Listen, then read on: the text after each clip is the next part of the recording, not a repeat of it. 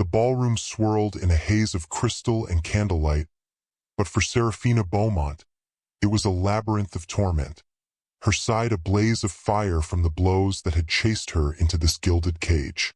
Each step on the polished parquet sent jolts through her frame, her silk gown, a relic of brighter days, now muddied at the edges, clinging like a shroud to her battered form.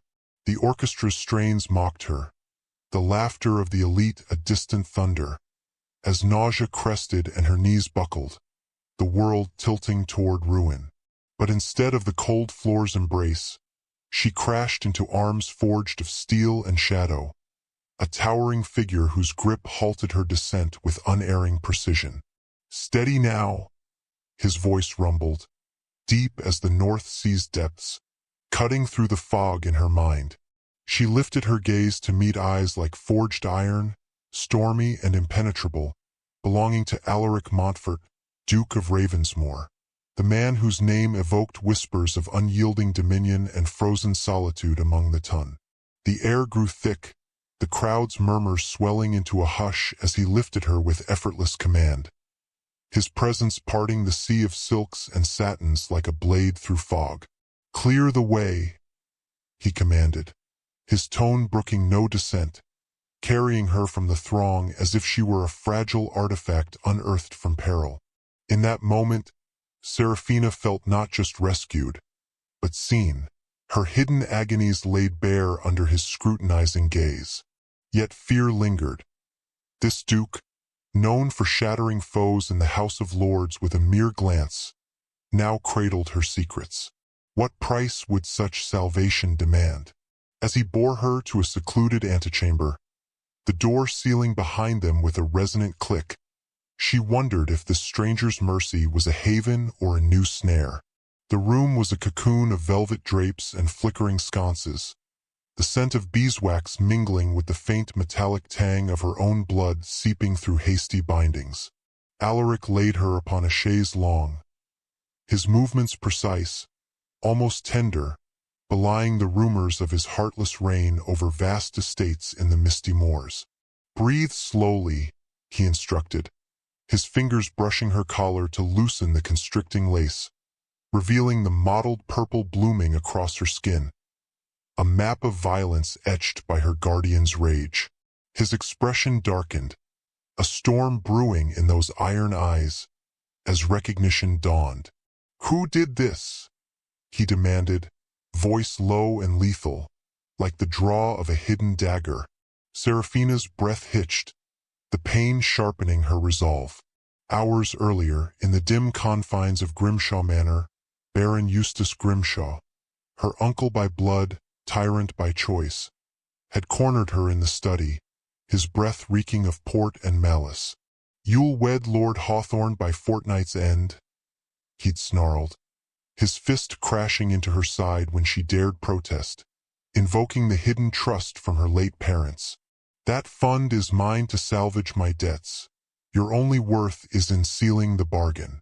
She'd crumpled, vision spotting black, but in the night's quiet, she'd fled with a snatched ledger proving his theft, hailing a hackney through pounding rain to Lady Harrington's season-opening soiree, gambling on an old family ally for sanctuary. Now, in the Duke's shadowed gaze, vulnerability warred with defiance. "My uncle," she whispered, tears pricking as shame flooded her. Alaric's jaw tightened, a vow forming in the silence. "He will not touch you again." But as footsteps echoed beyond the door, perhaps the Baron's spies already circling, Serafina grasped the fragility of this reprieve. What would you do in this vulnerability, caught between predator and protector? Comment below. Serafina awoke to the hush of dawn filtering through heavy brocade curtains, her body a symphony of aches muffled by crisp linens and the faint aroma of lavender sachets. She was no longer in the antechamber but in a vast chamber within Ravensmoor House, the Duke's imposing town residence on Berkeley Square, a fortress of marble and mahogany that whispered of ancient lineages and unbreached solitude. The bandages around her torso were fresh, applied with care during her unconsciousness, and beside the bed stood a tray of broth and bread, steam curling invitingly. Her mind raced back to the ball's chaos. Alaric's commanding presence, his swift extraction, the physician he'd summoned, Dr. Elias Thorne, a grizzled veteran of the Peninsular Wars, who had confirmed cracked ribs and admonished rest. Rising gingerly, Serafina explored the room, her bare feet sinking into Persian rugs woven with tales of conquest. Bookshelves groaned under tomes of philosophy and estate ledgers, a testament to the Duke's reputed intellect and isolation. She paused at a portrait above the hearth. A stern woman with Alaric's stormy eyes, perhaps his late mother, the Duchess Aloan, whose death in a carriage mishap had sealed his heart in frost. Rumors abounded. The Duke, scarred by loss and betrayal in youth, shunned society save for parliamentary battles, where he championed reforms against entrenched greed. Yet last night, he'd shattered that facade for her. A penniless ward whose parents' fever in 1815 had left her to Eustace's mercy.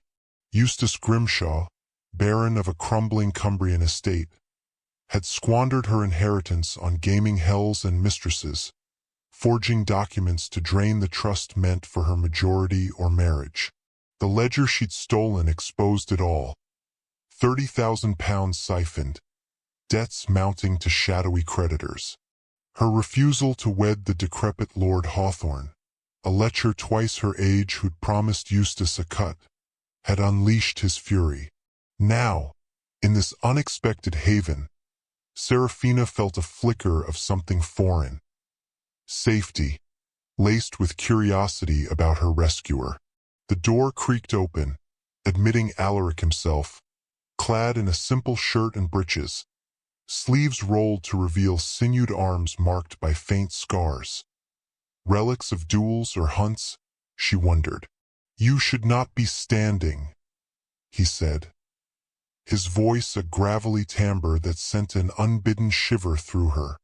He set down a vial of laudanum, his gaze assessing, not predatory. "Dr. Thorne insists on confinement. Ravensmoor House is secure. No one enters without my leave." Serafina met his eyes, defiance sparking. "Why shelter me, your grace? I am no one, a liability to your name." He hesitated, a shadow crossing his features.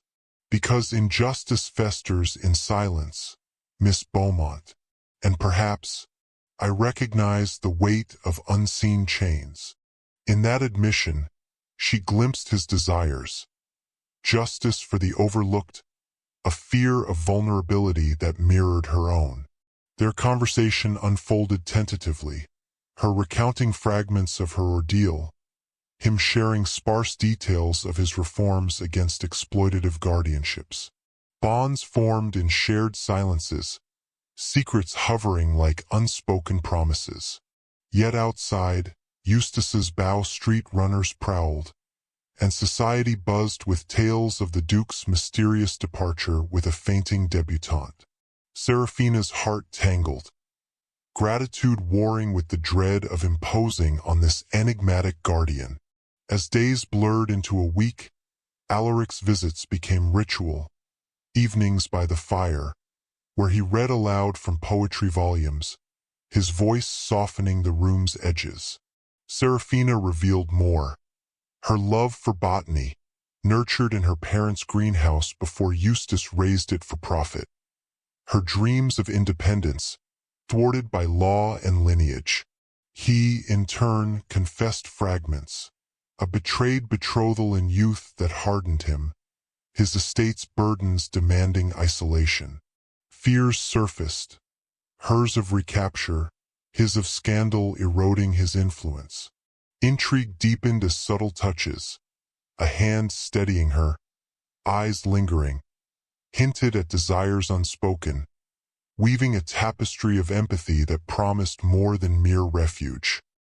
The rain intensified, hammering against the tall, mullioned windows of the Hawthorne estate as Seraphina's pulse raced. Each drop that splattered against the glass seemed a metronome counting down the hours until her secrets were exposed. She crouched over the ancient oak desk, the flickering candlelight throwing trembling shadows across her pale features, highlighting the faint bruises along her jaw and wrists, memories of recent coercion, of nights spent in silence and fear. Yet the ledger, leather-bound and worn, offered a tangible promise, proof of deceit, a map out of manipulation, a lifeline extending across the treacherous waters of her family's machinations. Alaric leaned closer, the scent of wet wool and leather mixing with the mustiness of old books. His eyes, dark and sharp as a falcon's, scanned the damning entries with a precision born of obsession. His jaw tightened, and the angle of his posture conveyed both danger and protection. A predator guarding his prey. "The embezzlement is meticulous," he murmured, voice low, yet each syllable struck like a bell in the silent room.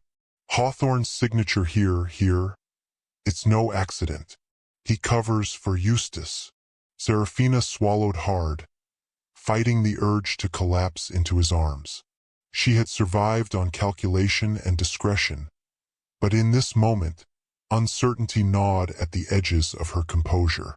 I cannot act alone," she whispered, the ledger quivering in her hands. "If I go to the magistrates, I risk not only exposure but scandal. Father, if he believes it, will move heaven and earth to stop me, and they will not hesitate to brand me unstable." Alaric's hand brushed against hers as he took the ledger, a deliberate, electric touch that made her pulse spike. His fingers lingered a moment longer than necessary, and Seraphina's breath caught.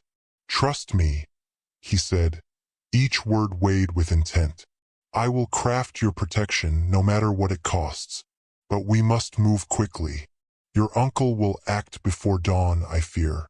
This forced marriage is not a formality, it is a trap."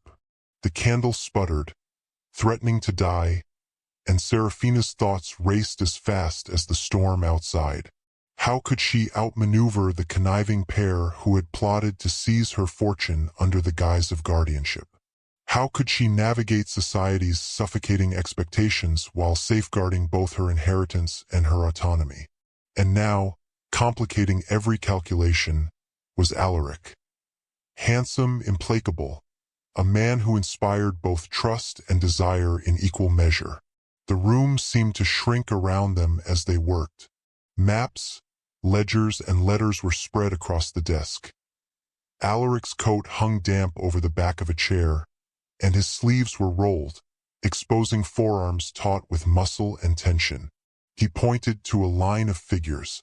"We can fabricate guardianship through a cousin of distant relation, a temporary custodian until the court is satisfied. It is risky, but it buys time." Seraphina leaned closer, scrutinizing the plan, their shoulders brushing, hearts unknowingly synchronized.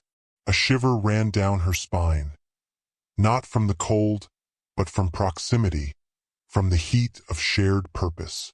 She noted the stark contrast.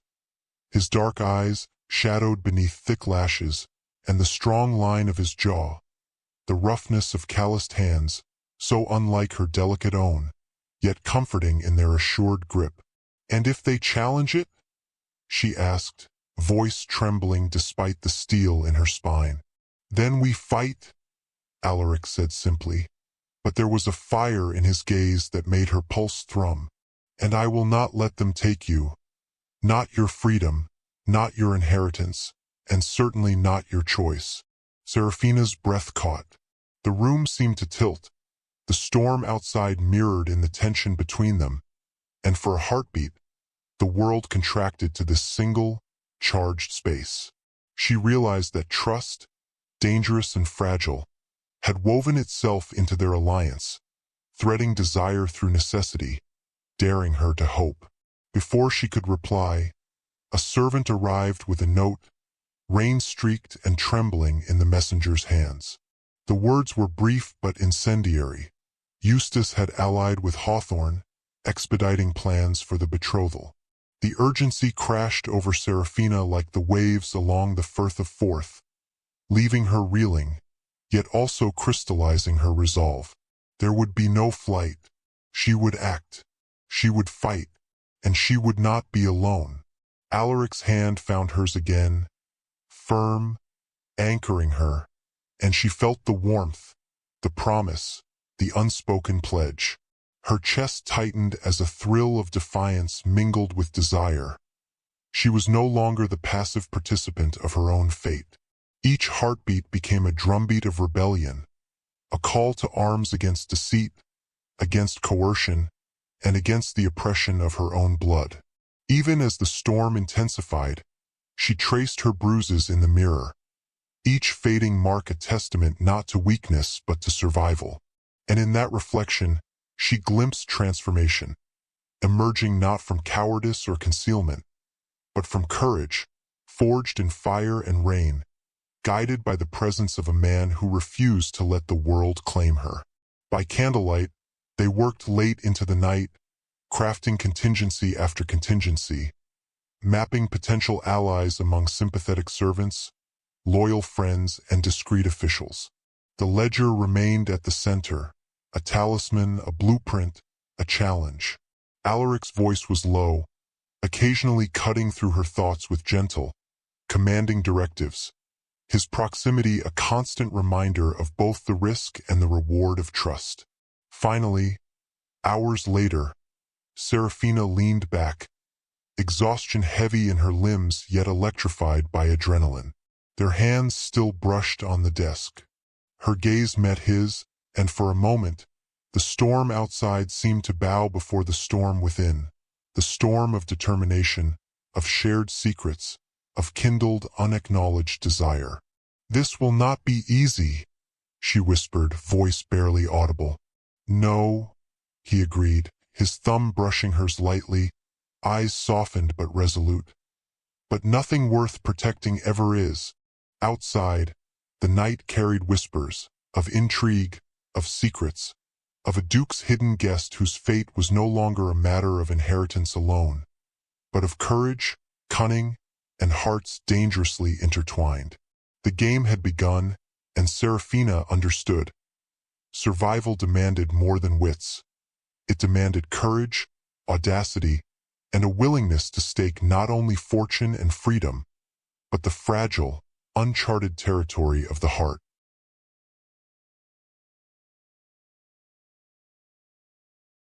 Weeks unfolded in Ravensmoor House like pages torn from a forbidden tome, each day revealing a margin note of danger, each night pressing a heavier seal of secrecy.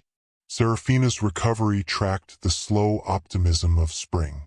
Daffodils pierced the frost beyond the mullioned windows, and with them came her first unassisted steps into the open air, her breath steadier, her gaze sharper.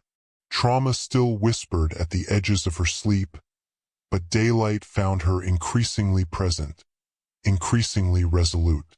Alaric's web of protections held, for now, the fiction of a Scottish aunt, convincingly bureaucratic and generously greased, delayed Eustace's claims just long enough to buy time.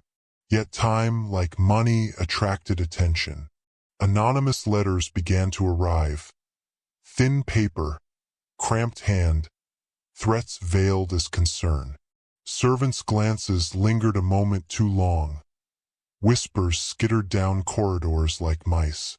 Ravensmoor felt watched.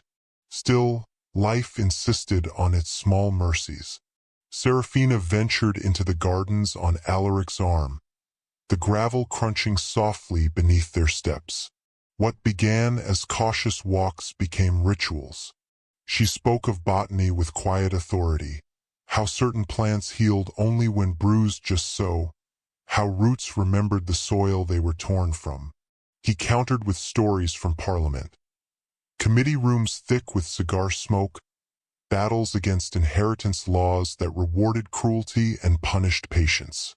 Their conversations stitched two worlds together, her careful knowledge and his public resolve, until the seam felt natural. Misdirection became a tool. A false sighting of Serafina in Paris, elegant, reckless, and entirely invented, circulated through the right channels. Eustace bit, his attention drifting abroad. Hope brightened briefly. Then a maid confessed, trembling, to taking coin from the Baron's men. The household shuddered. Locks were changed. Trust tightened into something brittle. The reckoning came in the conservatory. Sunlight fractured through glass panes onto exotic blooms, the air heavy with jasmine and damp earth. Serafina, composed but unyielding, faced Alaric. She spoke plainly. She would not become a shadow that ruined him. His reputation was not collateral she could accept. He listened, jaw set, then turned with a flare of intensity that startled even him. He told her the truth. Reputations could be rebuilt. People could not. That she was worth the fray. The moment held breath, light, scent, and then a kiss, stolen and careful, a promise rather than a claim. It did not erase fear, but it named what had been growing all along. From that day, Serafina claimed more ground. She brought him the ledger she'd kept, meticulous notes that revealed patterns in Eustace's holdings and quiet hypocrisies in the trust's administration. Her insight sharpened his reform efforts, giving his speeches a precision they'd lacked. In return, Alaric softened. One evening, he told her of his mother's garden, once a sanctuary of roses and order, lost after her death to neglect and grief. The admission felt like a door opening. The Baron struck back in public. At a gentleman's club, Eustace leveled accusations with theatrical certainty. The room tensed. A duel hovered like a ghost. Alaric refused the bait, dismantling the claims with calm, devastating logic. Restraint became its own weapon. Private joy flickered in defiance of the storm. Dinners lengthened. Laughter found its way back to Ravensmoor. Hands lingered, not possessive, but certain. Yet the law proved less sentimental. The trust would not release without marriage or age, its clauses ironclad. Serafina's resolve wavered under the weight of implication. Desire tangled with fear, of becoming a burden, of choosing safety at the cost of autonomy. Then the storms came. Wind lashed the estate. Rain scrawled warnings across the glass. They stood together at a window, his arm around her waist, not as shelter but as acknowledgement. The world beyond was loud with threat. Inside, their resolve burned thin and steady.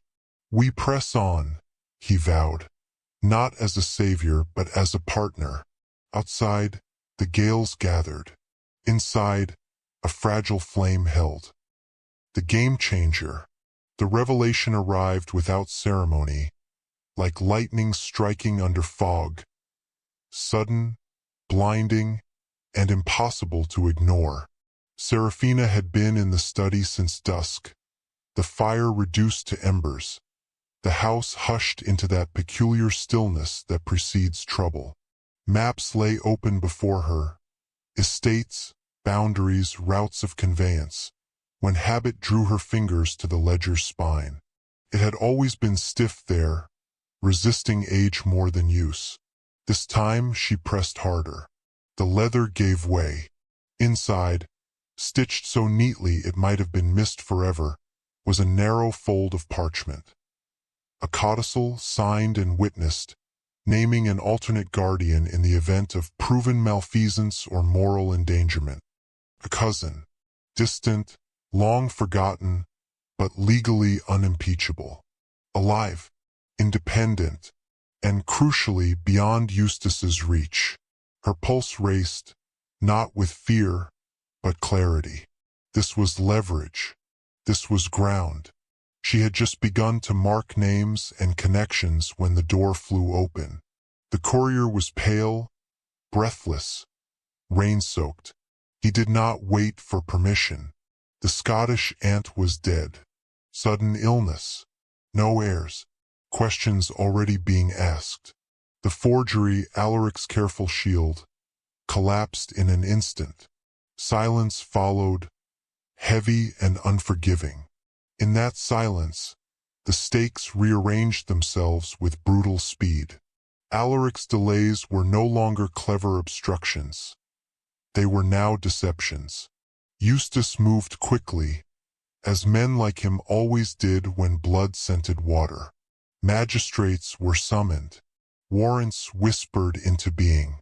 What had once been framed as concern curdled into talk of abduction, fraud, even treasonous interference in inheritance. By the time Seraphina found Alaric in the library, the lamps were lit and the world had narrowed to firelight and truth. She did not accuse him. She asked, "You lied for me," she said quietly. "Why bear this alone?" The question undid him. For weeks he had been steel, calculated, composed, impenetrable. Now the cracks showed. He spoke of a past he had never offered her. A fiancé who chose fortune over fidelity, who used affection as currency and left him humiliated before the same class that now watched his every move. He told her how it hardened him, how it shaped his work, how seeing her cornered by law and greed reopened wounds he thought long cauterized. "I could not watch history repeat," he said simply. "Not yours, not mine." He did not ask forgiveness. He did not justify himself. He let the truth stand. Emotion surged, not gentle, not orderly. They came together amid scattered parchments and overturned chairs, not as a reckless escape, but as recognition. The moment burned, urgent, grounding, human, before they pulled back, breathless and clear-eyed. Whatever lay ahead would not be softened by denial. Then the betrayal surfaced.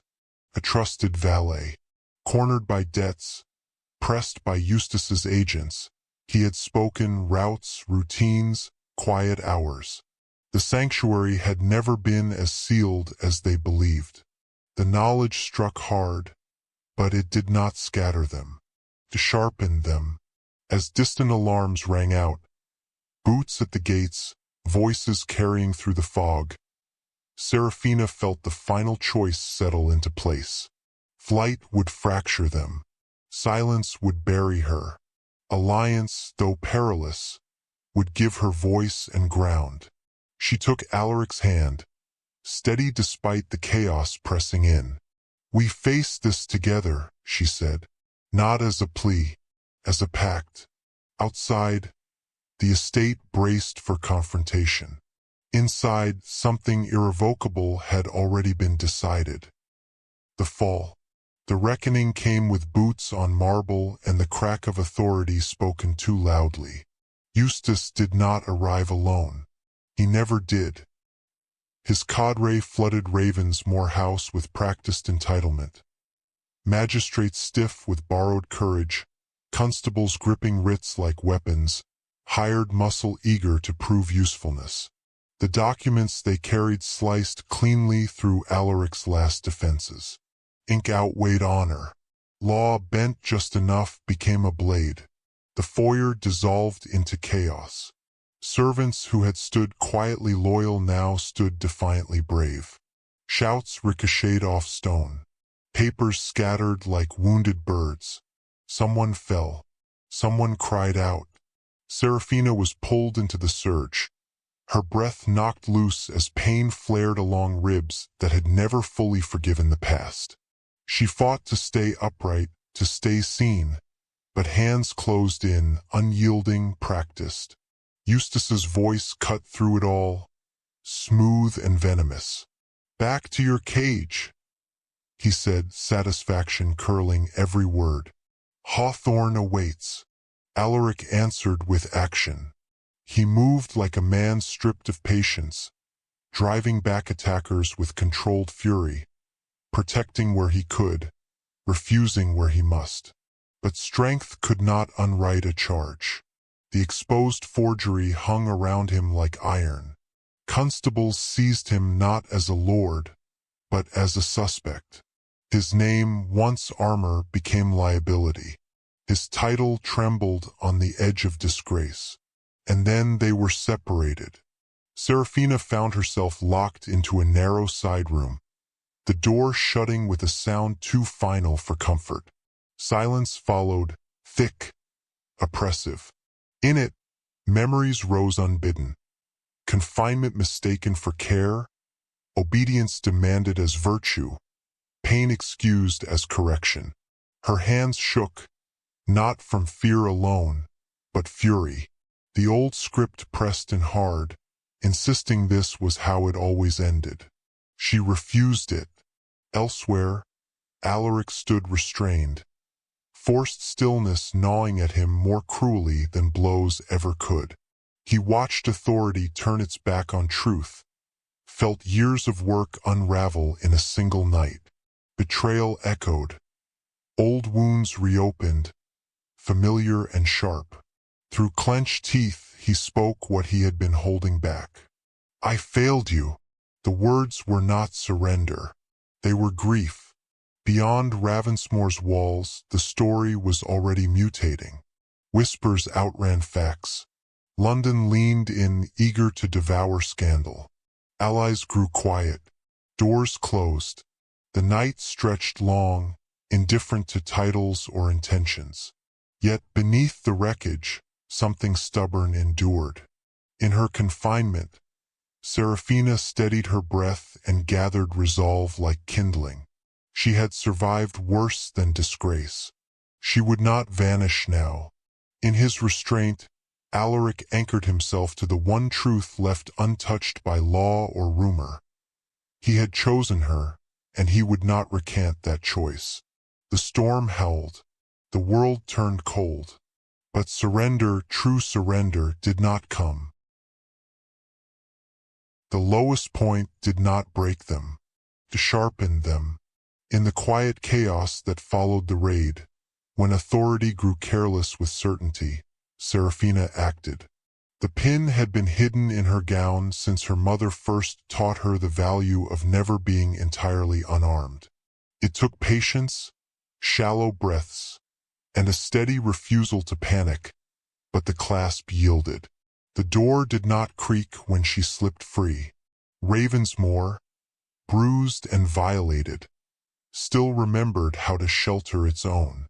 She found Alaric in the old chapel, a place forgotten by magistrates and untouched by writs. Candlelight trembled against stone saints worn smooth by centuries of whispered vows. When their eyes met, no words were needed. Whatever had been taken that night, freedom, reputation, certainty, this remained. Together they pieced the truth into shape. The codicil did more than name an alternate guardian. Buried in its phrasing was a safeguard. If Serafina were wed under credible threat or coercion, the trust's control shifted immediately. Assets frozen against hostile claimants, guardianship nullified, authority transferred to her chosen spouse. It was an old clause, born of older injustices, meant to protect heirs from precisely the kind of man Eustace had always been. What had once seemed a cage revealed itself as a key. The realization did not arrive as relief, but resolve. Serafina stood straighter than she had since Ravensmoor fell. The fear that once haunted her movements no longer dictated them. She looked at Alaric, not as a shield, not as a rescuer, but as an equal who had already risked everything. Here, she said quietly. Now. He understood at once. The weight of the choice settled between them, not reckless, not desperate, but deliberate. This was not escape. It was confrontation, sharpened into commitment. Marry me, she said, her hand firm in his. Not to hide, To stand. The words changed the air. Alaric searched her face for hesitation and found none. What answered was not the fire of defiance alone, but something steadier, faith forged under pressure. He bowed his head, not in submission, but in vow. Yes, he said. Outside the chapel, forces gathered, law misused, power enraged by resistance. Inside, something irrevocable took shape. Their union was no longer a vulnerability. It was strategy. It was sanctuary. It was declaration. Hope did not arrive softly. It surged. Hand in hand, they stepped forward, not fleeing the storm, but turning to meet it. The chapel doors flew open with a violence that made the candles gutter and flare, shadows leaping like startled spirits across the stone walls.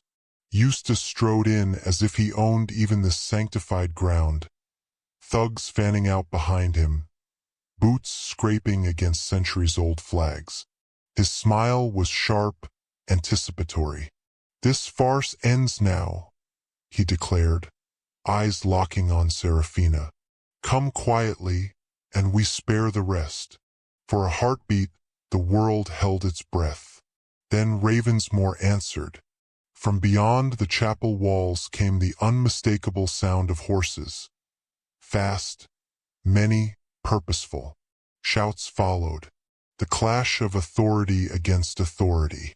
Alaric's allies, long positioned in silence, had arrived at last.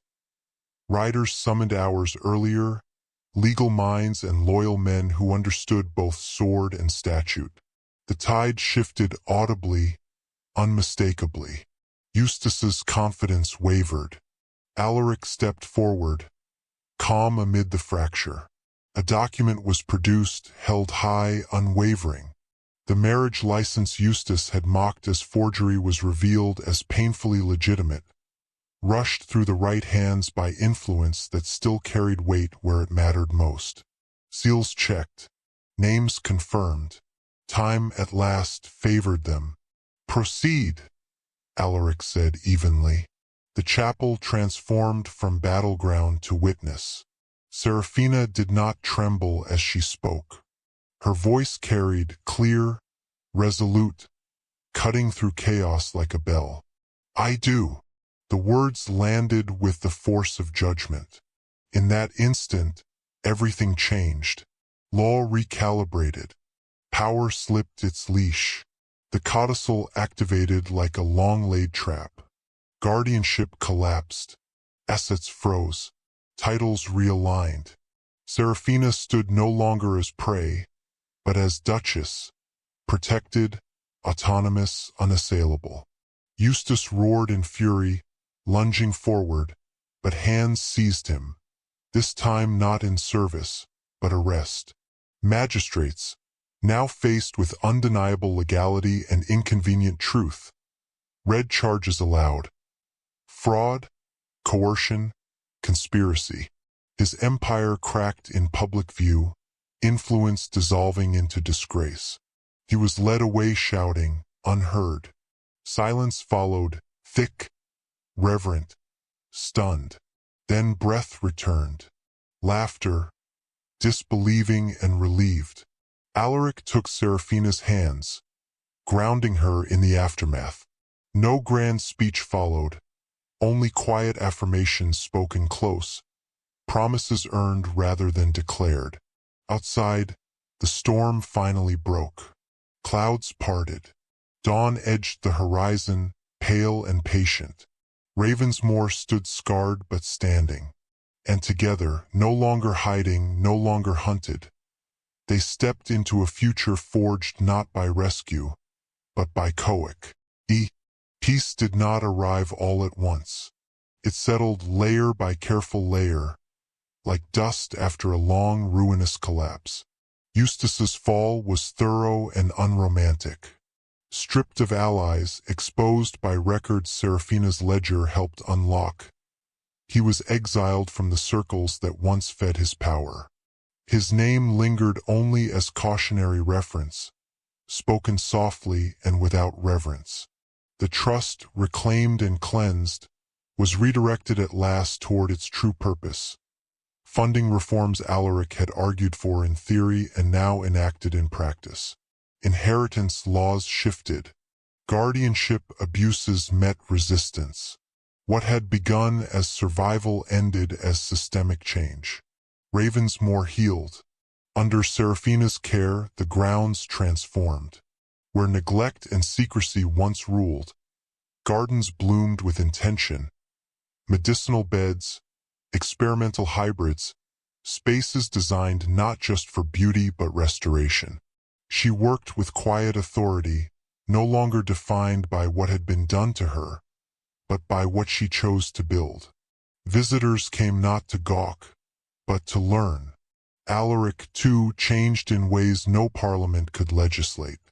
The man once armored by solitude learned the rhythms of domestic joy, the shared breakfasts, the debates over seedlings, the steady comfort of a home that did not require vigilance. Guardianship, once a burden he resisted, became a role he embraced, not as protector alone, but partner. 2 years on, Ravensmore hosted a ball not born of obligation, but celebration. Music swelled beneath chandeliers newly polished. Laughter moved freely where whispers once hid. As guests turned to watch the Duke and Duchess take the floor, a small figure escaped a watchful nurse and toddled forward, delighted by the glittering space. Their son, dark-eyed, unafraid, laughed as he was scooped up, his joy uncontainable. He was not an heir defined by fear, but a child of renewal. As Seraphina and Alaric danced, scandal faded into story, and story into legend. What endured was not the danger they had survived, but the life they had chosen. One shaped by courage, sharpened by truth, and sustained by trust. Love had not rescued them. It had partnered with them, and that made all the difference.